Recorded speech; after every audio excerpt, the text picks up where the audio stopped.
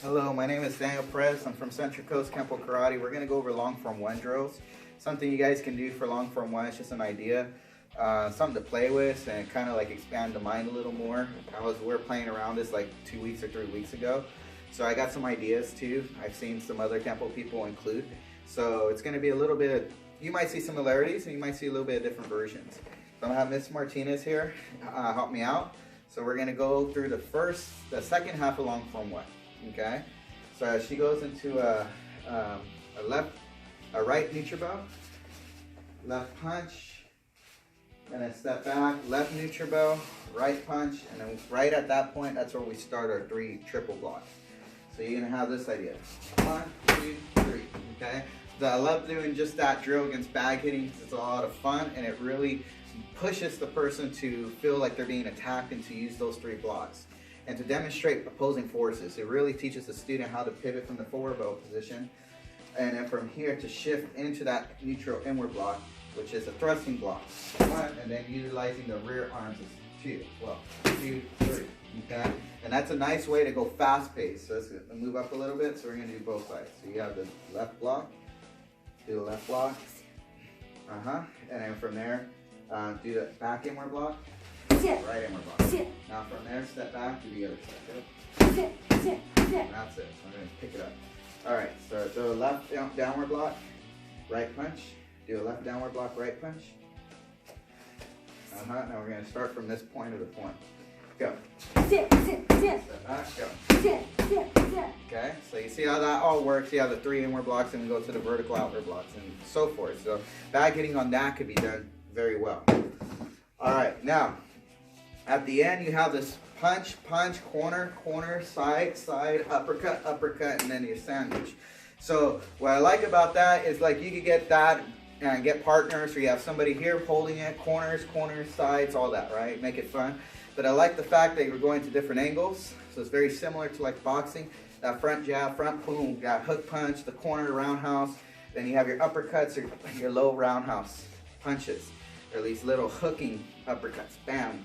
So one thing I really enjoy is how to utilize that and then put it together with that blocking aspect of it. Okay, so if I was in a neutral bow and she threw the first punch, I could take the 1, 2 idea of this, and then at this point as she throws in the corner punch, I can take this outward block, and the same thing here. 1, okay, so I can shoot this out. So again, if we have the punch, we have 1, 2, 3, 4 at this point, okay? And I'm taking just long form 1. I'm not doing the 3 blocks, obviously, but we're doing just the first 2 blocks. But it kind of gives you that feel of how you can block one, block the other, parry from one, parry the other. Now, if she threw the punch, and I throw it with the other hand. Oh, yes. So 1, 2, and then I can go here as well. Same idea. So throw the same combo. So 1, 2, 3, 4, and I'm cutting here. So as she's crossing here, I'm going to push up and cut like almost like a parry. This is similar like to the back breaker, or similar going into the sibling of that technique. I can't recall, it's the green belt technique. But it's the back breaker. Nail compulsion, that's what I'm talking about. Nail compulsion. So nail compulsion and the back breaker start the same. But I'm treating my vertical outward block like a parry. So she throws the first punch, 1, 2, this hand, as she comes, boom, I'm gonna lift this up. But it's basically like an inward block, outward block. It comes here, I can treat it this way. She shoots this way, boom, I'm gonna come straight up, just like a parry. I like to put a little stance change into it.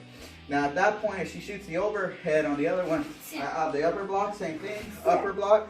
If she shoots the uppercut, downward block, okay? So you can have a lot of fun taking the basics of long form 1 and doing little counters to strikes, to making it work, having a good time with it. And eventually, you can mix it up and change the pattern a little bit. But that's one way I like it. So if we go the original way, so punch was this one. 1, 2, 3, 4, up, down. We're utilizing all these long form 1 aspects. And it's a fun way to work on counters and from there. Obviously, we didn't take these inside downward palm downs or inside downward palm ups or the push downs. We can always have fun with that. You know, you can always incorporate that down the road. But the main point is that ending combo with the punches, and then you have your block ideas of teaching you how to block here. Block with the rear hand. You know, now you have your parry, so you step up this way, right, with your outward block. And then you have your upward blocks, your downward blocks, okay? So that's just a little thing I wanted to do with long form 1. And I think it was a fun drill. I worked it with students, they had a good time. And it showed them not only how to strike and understand this ending better, learning how to mix those combos up, but also at the same time learning how to, why the blocks are there too. And you can always go backwards. If she went uppercuts, uppercuts, uppercuts, up, outs, outs, in. I mean, this one, in. So it really challenges you on this. So that's the one thing we're gonna do is learn, challenge and take long form 1 and make it fun because there's blocking set in it. It's almost, I like it because it seems, for me, it's a little more evolvement of the blocking set drills, of the basic up and out, down. And now we're working in, now we're going in to the outs, to the outs, to the ups, ups, to the downs. And it's really neat to see how that evolved from just a blocking set into portions of long form 1. Thank you.